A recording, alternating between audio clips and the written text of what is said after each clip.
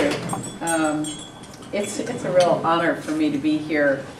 Speaking to the Tuesday group, I'm a part-time resident of this community, and this is part of one of my homes, this group, and your commitments and your work in this community. What I want to do today is sort of put Hillary Clinton's run for president in historical context, and use it as a way to think about the changing roles of women and the struggle for women to get full access to American public and especially electoral life. As here we have Exhibit A. And you know, I started working on this topic a couple of years ago when we were all feeling very excited and kind of thrilled, at least I was thrilled, by both Hillary and Barack Obama's runs for president. As I'm a Southerner, I grew up in segregation, so for me, the election of Barack Obama was thrilling beyond words. And I'm a lifelong and even a professional feminist, and so Hillary's run and the fact that she could have won, I mean, I think we have to look at her run as a kind of breakthrough because she was a fully viable candidate. She could raise the money, she had the credentials, and she came within a whisker of actually winning the nomination. And if she'd won the nomination, I think she would have stood a viable chance of winning the election. So that was kind of a thrilling time. We're in dark days now. And so it feels a little different, but I do think we have to hang on to the sea changes that are represented by that election, even if we're in hard economic times, and I think we're in kind of hard political times right now. But in the case of Hillary Clinton, the question to start with is, why was it such a big deal to have a woman who seemed like she could have won, who was that close? And what I want to show you is that it required a huge cultural change to make her campaign possible. She stood on lots of shoulders. While she was the first to reach that stage, many came before her. And the struggles of millions of women for access to public life are behind what made what she did possible.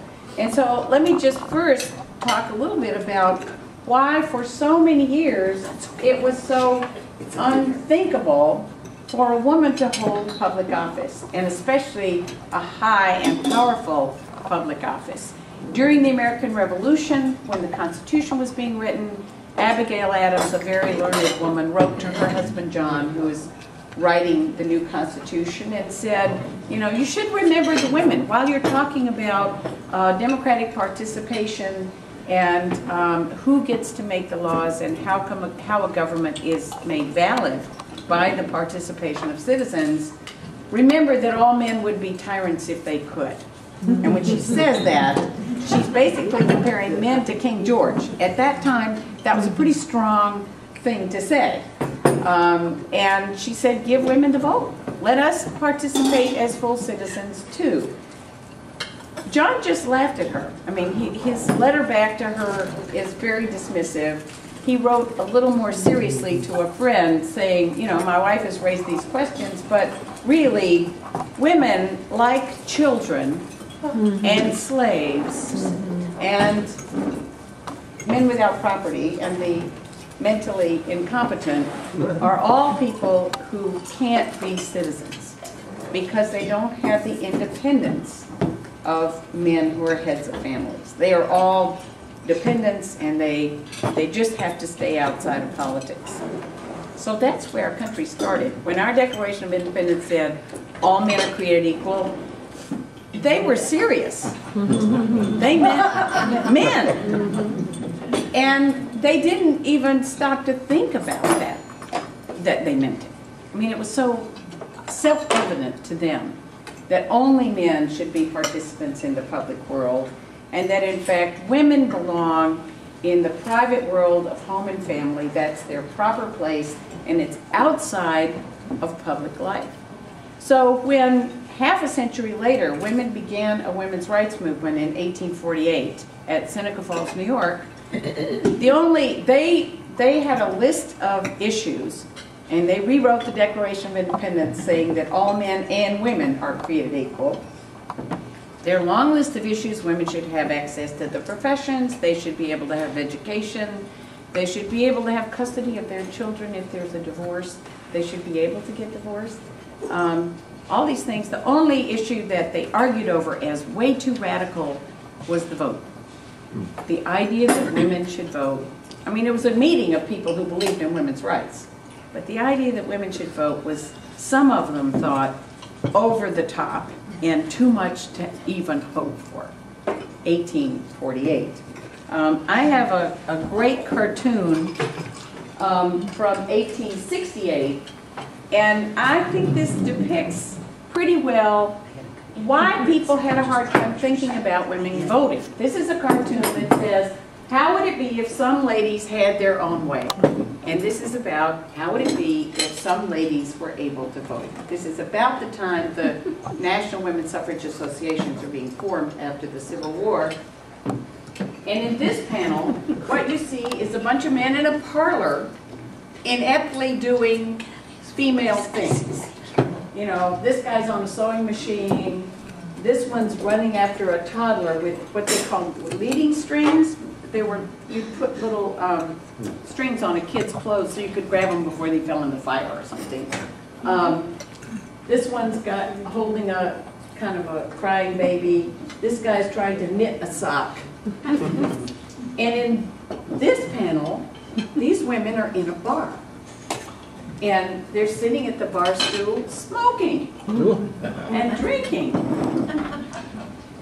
What this says is, for many people, if women vote, women will become men, and then what will happen to men?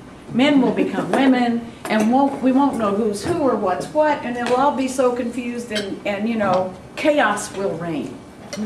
That's why voting was so radical, is that it was so deeply embedded in people's minds that the public electoral world is a male world, and the people who should be there are men. If women go there, they turn into men, and then that mixes it all up. So it becomes really, really scary.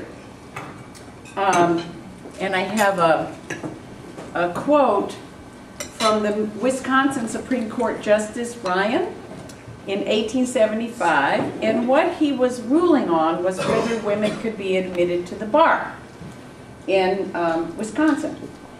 And his view, and he thinks he's saying something that everybody thinks is obvious: discussions are habitually necessary in courts of justice which are unfit for female ears.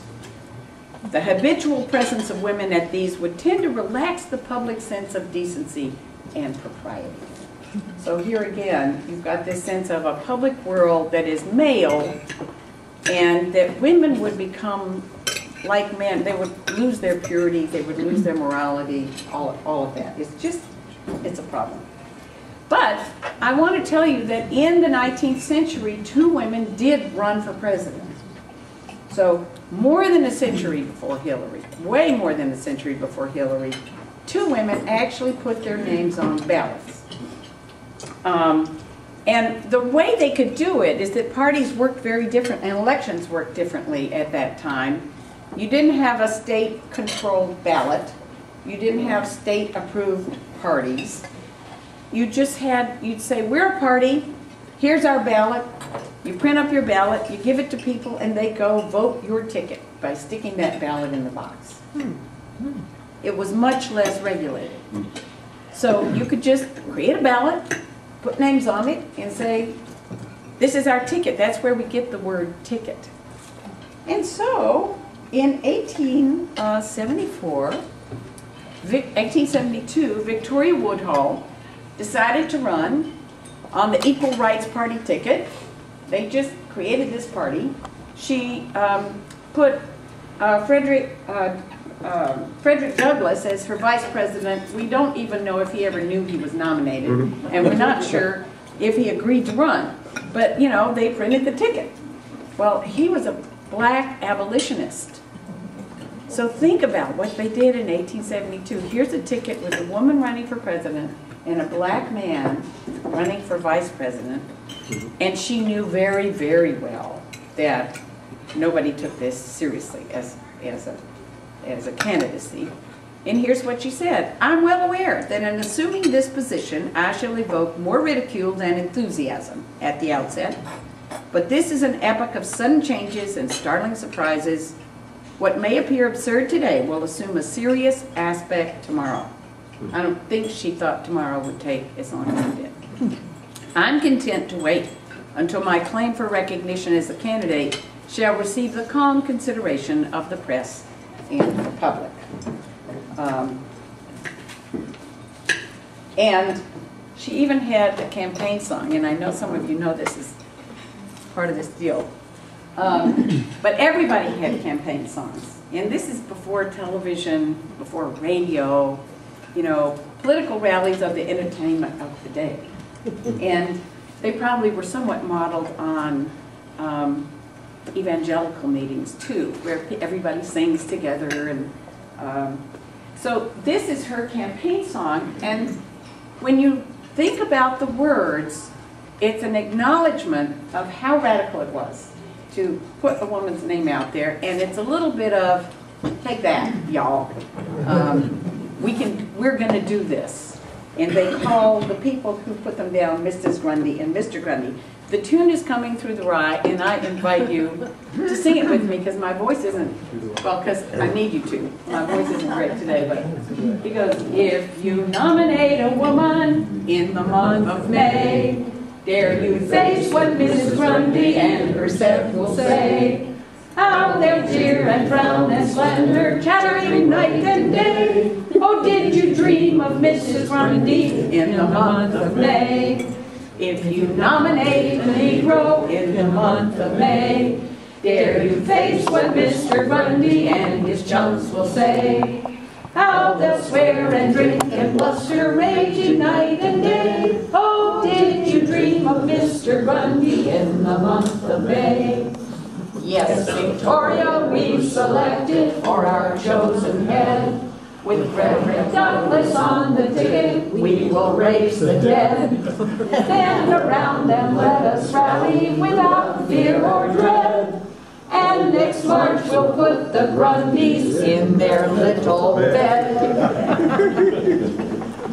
The second woman who ran was Belva Lockwood, and she ran for president the same way, just putting her name on a ticket in 1884 and 1888.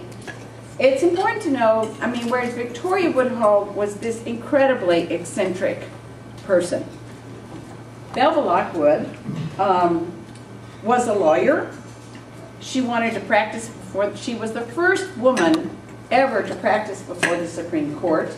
And in order to do that, she had to lobby Congress to pass a special law to allow her to appear before the Supreme Court as a lawyer. And in 1884, she tried to get the Republicans to adopt a woman's suffrage plank in their platform. And when they wouldn't do it, basically what she thought was, you know what, we can put our names out there anyway, and we should do it. So for her, it's a very conscious tactic, kind of like Victoria Woodhull, but more politically strategic, I think, to just get a qualified woman's name out there in front of people and make them think about it. What if there was a president who had a female body? Think about it, you know, get scared, or maybe start thinking, well, that could happen. She's a lawyer, etc. So she too was nominated by the Equal Rights Party, and in 1884, she got more than 4,000 votes. There were no more votes for women for president until 1964, after that. Neither of these two was taken very seriously. That's true. But it is possible that they are very present. What they did by lifting themselves up in front of the public made a bit of a difference. And what was happening in that time is more and more women were starting to run for local office.